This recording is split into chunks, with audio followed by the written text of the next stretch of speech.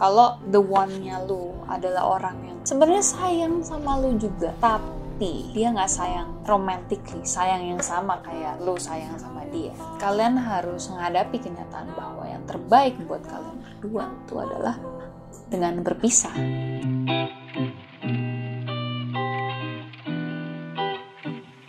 Gue yakin kalian juga punya yang kalian panggil cinta mati, the one, pasangan yang ditakdirkan buat lo. Pas kalian tembak, ternyata dia nggak suka kak sama kalian. Jadi sekarang gue mau nobar sama kalian film 500 Days of Summer.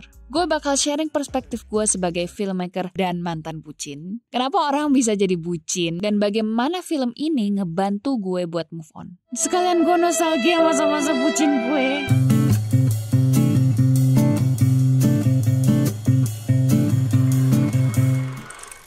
Jadi film ini tuh nggak linear. Di awal cerita kita udah langsung maju ke hari 290 dalam hubungan Tom dan Summer. Dan di hari itu mereka baru aja putus. Tom, don't go. You're still my best friend. Sakit banget. Adegan selanjutnya mengajak kita balik ke hari pertama. Dan dari situ kita bakal ngeliat bagaimana Tom dan Summer bertemu. Dan bagaimana pasangan yang kita pikir serasi banget bisa berujung putus. The boy, Tom Hansen of Margate, New Jersey, grew up believing that he'd never truly be happy until the day he met the one. This belief stemmed from early exposure to sad British pop music and a total misreading of the movie The Graduate. Mungkin karena nonton film-film yang kayak gitu. Cewek ketemu cowok, cowok ketemu cewek, hadapi kesulitan bersama, tapi ujungnya menemukan cinta sejati. Kita jadi berpikir bahwa kita sebagai protagonis pahlawan dalam cerita hidup kita sendiri pasti akan berhasil mendapatkan the one. Makanya waktu kalian nemuin the one, kalian merasa harus ngedapetin dia. Karena dia adalah cerminan puncak kebahagiaan kalian. Kebalikannya, Summer ini cewek yang gak percaya sama the one. It's nice to meet you all. It was a rare quality, this summer effect. For Tom Hansen to find it now in a city of 400,000 offices, 91,000 commercial buildings, and 3.8 million people, well, that could only be explained by one thing: fate. Salah satu ciri-ciri lu kejebak dalam konsep cinta mati adalah ketika lu pertama kali ketemu orang ini adalah, wah cakep banget, kalau dia jadi pacar gue gimana ya? Kalau gue pegangan tangan jalan berduaan, makan bareng, nanti lamar dia, terus gue nikah sama dia kayak gimana ya? I said I love the Smiths. To die by your side is such a heavenly way to die. I love them. Holy shit. Iya. Tanda kedua, begitu dia ketemu cewek yang udah cakep, udah ada physical attraction, terus cewek itu suka sesuatu yang udah jadi favoritnya, yang udah jadi identitasnya lah. Wah. Waktu Tom dan Summer makin sering ngobrol, Tom udah kepincut sama Summer. Udah cinta dia. Dan gue ngerti kenapa. Gua juga, ya dulu lah, gue ngerasa gak akan ada orang yang suka sama gue. Jadi begitu ada orang yang ngajak gue ngobrol, gue tuh langsung berbinar-binar. Gue kayak merasa diperhatiin dan gue merasa berharga lah. I love how she makes me feel. Like life is worth it. Dan ketika itu terjadi, gue udah kasih sebagian hati gue, kepercayaan gue ke orang itu. Aduh. This is not good. So you have a boyfriend? No, Why not? because I don't want one. I just don't feel comfortable being anyone's girlfriend. I don't actually feel comfortable being anyone's anything, you know. Muka di sini. Ini tuh nunjukin kalau Tom ngerasa itu malah jadi challenge buat dia. Bahwa cinta mati kita tuh kayak ngerasa gue nggak percaya ada cinta kita, si bucin ini tuh malah pengen nunjukin bahwa bisa kok, ada kok cinta sejati lu tuh di depan lu. Semakin impossible, semakin kita pengen berusaha menangin. Goblok banget. Kenapa ya gue kayak gitu dulu? Relationships are messy and people's feelings get hurt. What happens if you fall in love? What? Well, you don't believe that, do you? There's no such thing as love, it's fantasy. Well, I think you're wrong.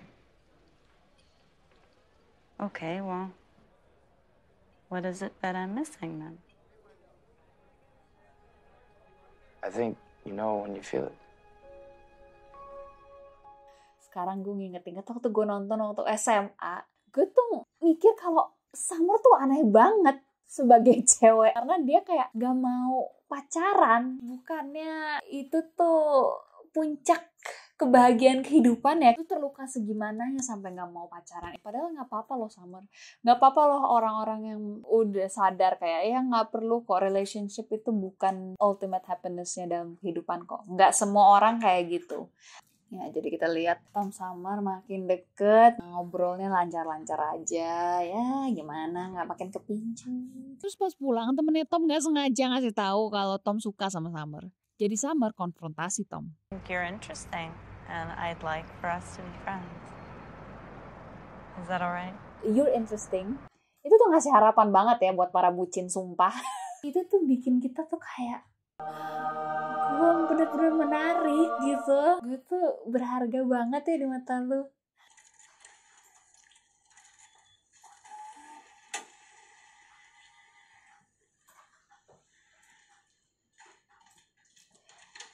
Jujur, untuk orang yang di posisinya Summer, yang mungkin pernah PHP-in orang lain, itu bahaya banget sih. Ini hati ya, orang yang bucin. Lu bilang tadi mau temenan, terus besoknya lu nyium. Boundariesnya tuh nggak ada. Ya, untuk para teman-teman bucin gue, hati-hati aja. Kalau ada orang yang bilang temenan aja dulu, jalanin aja dulu, ya santai aja, jangan langsung mikir itu orang udah cinta mati juga sama kalian. Gak usah mikir ke depannya nanti lu nikah atau enggak sama dia. Kalau lu gak bisa jadi temen, cut off aja langsung. Karena nantinya end up heartbreak lah. Ya, nextnya lanjut lah jadi pacaran. Biasalah ngedate ke IKEA. Ini kayaknya awal tren ngedate ke IKEA deh, dari sini deh. Mereka makin dekat. Dunia tuh sangat-sangat dunia kayak film romantis nih. Jadi di awal mereka ketemuan, Tom sempat ngomong ke Summer kalau dia dulu kuliah jurusan arsitek. Tapi dia akhirnya nyerah dan kerja yang udah pasti dia bisa jago aja, yaitu penulis kartu ucapan. Pas Tom sama Summer jalan-jalan di kota, kelihatan banget Tom tuh seneng ngomongin dan berwawasan luas banget soal gedung-gedung. If it were me, then, If it were you, what? I don't know, like I'd make them notice. Show me.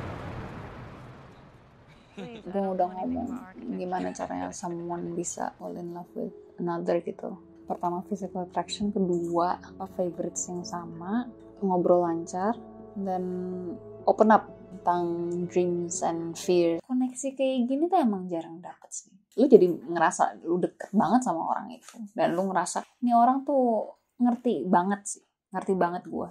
Summer juga akhirnya kan ngebuka dirinya dia tentang fear-nya dia. Untuk orang yang bukan relationship person, ngebuka sesuatu yang personal tuh jarang banget. Jadi di sini Tom juga ngerasa bahwa jadi gue tuh udah termasuk seorang yang spesial buat dia. What, like, are we going steady? Come on, guys, you know, we're adults. We know how we feel. We don't need to put labels on it. I mean, boyfriend, girlfriend. Tapi kamu mau label itu sebenarnya. Lu ngomong gitu ke temen lu ya serah. Tapi dalam hati lu pasti kayak minta ini. Kita tuh apa sih sebenarnya? Keeksklusifan itu gak cuma buat bucin sih, buat semua orang in general. Itu tuh kayak, wah akhirnya gue udah next step dari goal gue, long term relationship, super long term relationship sama lu. Tapi buat bucin itu kayak, kira gue bisa bersama dengan pasangan yang udah ditakdirkan buat gue. Tom masih cengengesan, go with the flow. Tapi begitu Summer di PDKT-in sama cowok lain dan bilang dia cupu, dia nonjok si cowok. Tom juga jadi kesel sama Summer gara-gara Summer gak ngasih kepastian. Dan setelah berantem, akhirnya Summer dan Tom setuju buat sama-sama go with the flow aja. Tapi sebenarnya konflik kalau Tom kepingin komitmen, sedangkan Summer gak mau komitmen, itu gak dibahas. Dan konflik itu bakal muncul lagi nanti. I'm in love with Summer. I love her smile. I love her hair. I love her knees. I love how I hear this song every time I think of her. I hate Summer. I hate her crooked teeth. I hate her 1960s haircut. I hate her knobby knees. I hate this song! Ini salah satu poin permasalahan ketika lu tuh bucin banget ke satu orang. Mereka naruh orang on a pedestal. Sesuatu yang perfect, sempurna, tanpa celah. Sedangkan aspek negatif gak dimention. Mirip juga sama orang yang terjebak di hubungan yang toksik. Jadi ketika orang yang di pedestal itu ngelakuin sesuatu yang toksik ke dia, misalkan selingkuh, otak kita tuh kayak nggak mau percaya kalau dia tuh sebenarnya selingkuhin kita. Kita mau percaya dia sempurna aja, nggak boleh bucin yang sampai ke tahap itunya. Kalau emang orang itu ngelakuin salah, lu harus sadar kalau emang dia ngelakuin salah. My dream, not her. My dream, Mas. Wah, kamu gila sih. No, kamu yang udah gila. Dan di hari ke-300 tadi, setelah Summer minta bener-bener putus hubungan temenan aja, mulai deh kelihatan Tom nurunin si Summer dari pedestalnya. Padahal sebenarnya sih ya, kalau lu masih ngerasa emosi ke orang, itu lu sebenarnya masih care sama dia.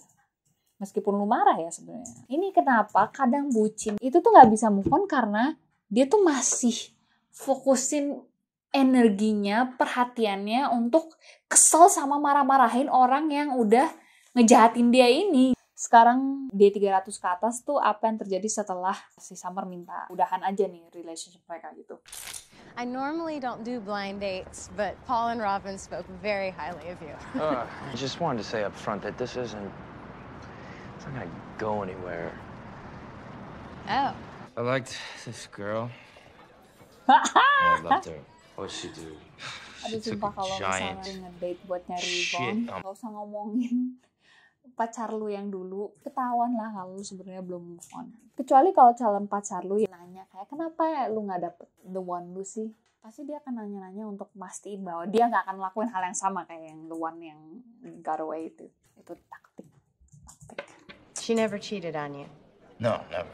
She ever take advantage of you in any way? No.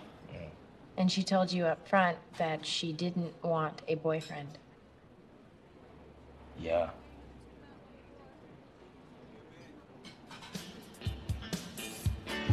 I got a great idea. Oke. Sumpah sih Tom ini bener-bener menolak buat ngelihat kenyataannya seperti kenyataannya kayak gimana gitu. Tom tuh bego banget.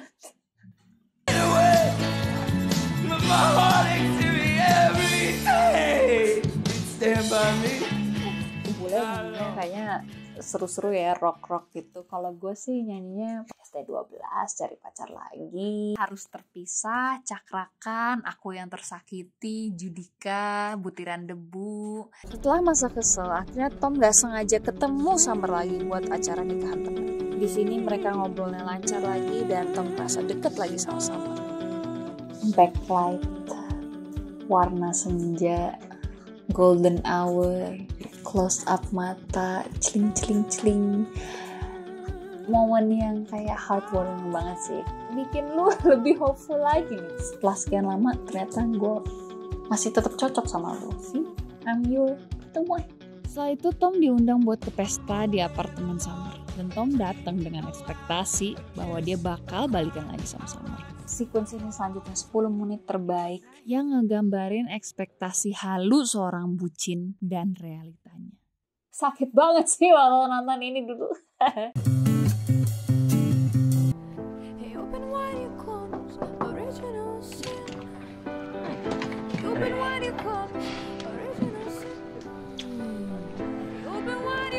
Nice.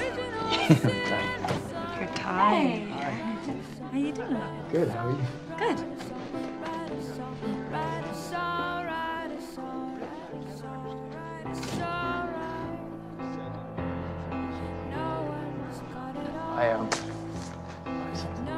So nice. Thank you. You shouldn't have. Dude, it's the... That's so nice. Thank you so much. No problem. I'm exaggerating. What?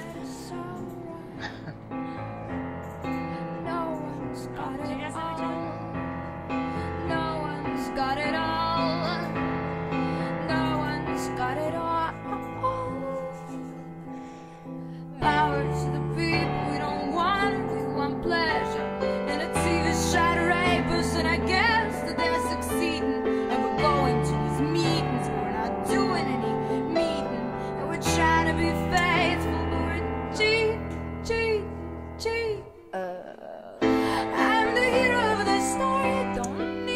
gila. Aduh, baru sadar sekarang kombinasinya ya, dari angle shot yang beda gitu, sedikit beda doang, padahal satu ada yang close up, satu wide shot, biar keresannya bahwa sisi yang kiri itu lebih deket, sisi kanan tuh jauh. Potongan lagunya yang suaranya, melodinya eskalasi tinggi sampai ke momen ekspektasi itu hancur dan ngasih satu frame full realita bahwa sebenarnya Summer udah engage orang. Liriknya kedengeran I'm the hero of the story, tapi momennya down banget buat si Tom. Aduh gila, bagus banget sih. Gue tuh hero of the story, jadi gue pasti dapetin ini. Sementara kenyataannya yang ada di layar yang kita lihat visualnya itu enggak. Lama-lama lagunya fade out dan dunia sekitar juga yang gemerlap tuh fade out juga. Malah bahkan jadi gambar doang, nggak lagi menghias dunia dia. Mana sih? Tapi itu yang lo perluin sih. Jadi ini mungkin tips pertama kalau mau move on ya. Lo harus berani ngadepin realitanya gimana. Tom tuh akhirnya berani di sini, bener-bener ditampar realita, berani ngeliat bahwa oh ternyata realitanya adalah orang yang gue pikir the one tuh udah nggak suka sama gue, udah punya orang lain. Ada adegan waktu Tom mengingat mereka pernah ngedate dan Summer kelihatan gak happy, masa-masa sebelum Summer minta putus. Alright. I'm just tired. Tom nanya, are you okay? Tapi sebenarnya implisitnya adalah dia sebenarnya ingin bertanya, why aren't you having fun? Bingung kenapa Summer gak sebahagia dirinya.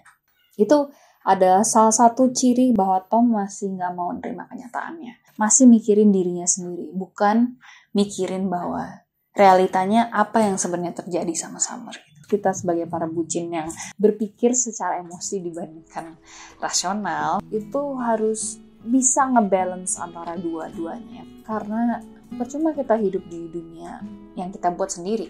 Yang penting sebenarnya adalah dunia nyatanya gimana. Semakin cepat kalian menghadapi kenyataan itu, semakin cepat kalian bisa berpikir lebih jernih supaya bisa move on. Atau supaya bisa paling enggak mengambil langkah yang lebih logis ke depannya. Oke, kamu gak suka gua akan coba berusaha untuk mendapatkan kamu, bisa aja.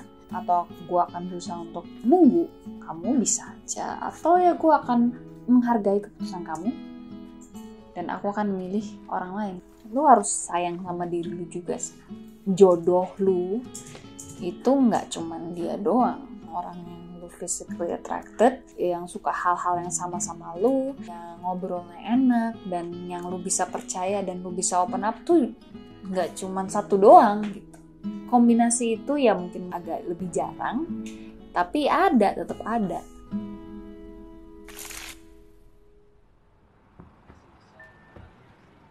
Tips kedua, kalau mau move on, balik lagi dulu ke diri lu sendiri.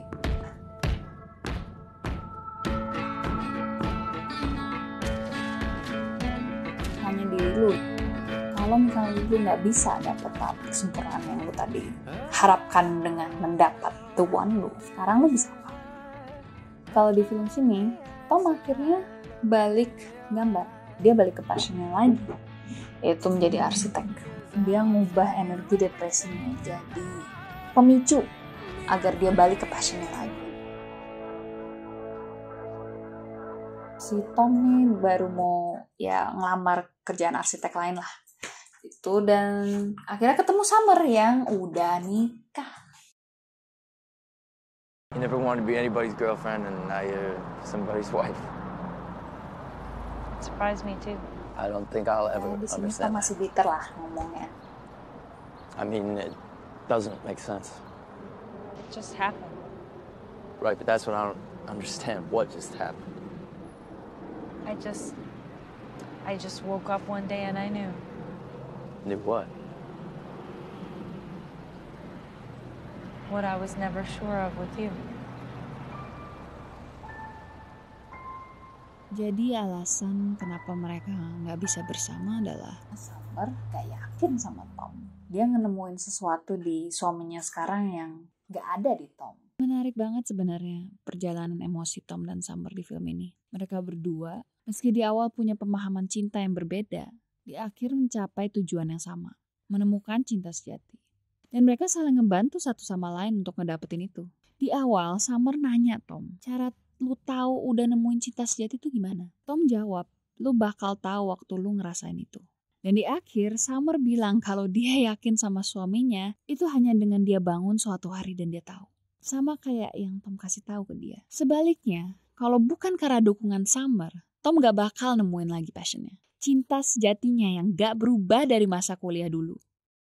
Bahkan Tom yang jadi makin bitter dan bilang kalau sekarang dia gak percaya the one, takdir, malah diketawain sama Summer. Dorian Gray and a guy comes up to me and asks me about it and now he's my husband. Yeah, and So what if I'd gone to the movies? What if I had gone somewhere else for lunch? What if I'd gotten there 10 minutes later? It was meant to be. And I just kept thinking, Tom was right. No. Yeah, I did. It just wasn't me that you were right about.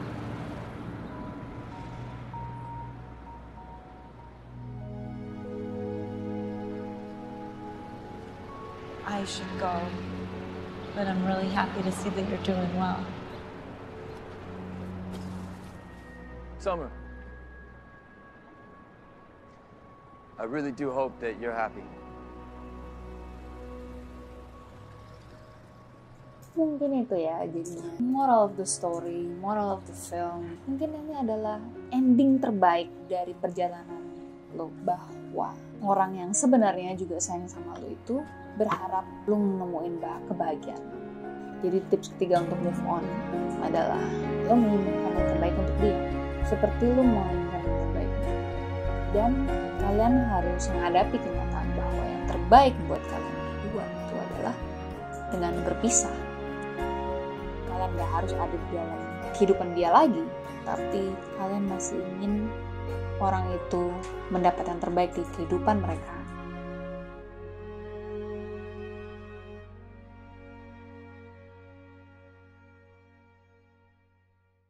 Kalau di cerita 500 Days of Summer ini, si Tom nemuin cinta baru ya. Semoga sih siklusnya gak sama. Yang penting dia gak cinta mati juga sama si Autumn ini. Jadi itu analisa gue untuk film 500 Days of Summer. Semoga setelah lu nonton ini, lu juga bisa move on. Cinta mati dulu. Thank you guys for watching and I'll see you next time.